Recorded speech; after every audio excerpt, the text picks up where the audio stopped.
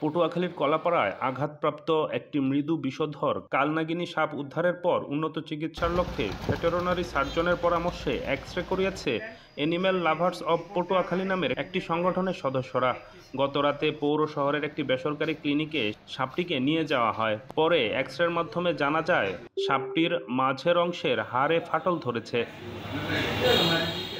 এর আগে সকালে পার্শ্ববর্তী আমতলী উপজেলার পূজাখোলা দফাদারবাড়ি সংলগ্ন এলাকা থেকে সাপটিকে লাঠি দিয়ে পেটানো অবস্থায় গ্রামবাসীদের হাত থেকে রক্ষা করে অ্যানিম্যাল লাভার্স অব পটুয়াখালী সদস্যরা। প্রথমবারের মতো সাপের এক্স-রে করা দেখে অনেকে হতবাক বনে গেলেও বন্যপ্রাণী রক্ষায় কাজকে সাধুবাদ জানিয়েছে সচেতন মহল। ডেস্ক রিপোর্ট, দৈনিক আকাশ জমিন।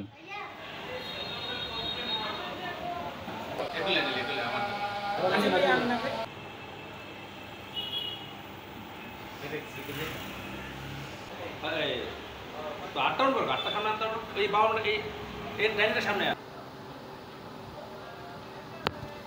খারাপ হয়।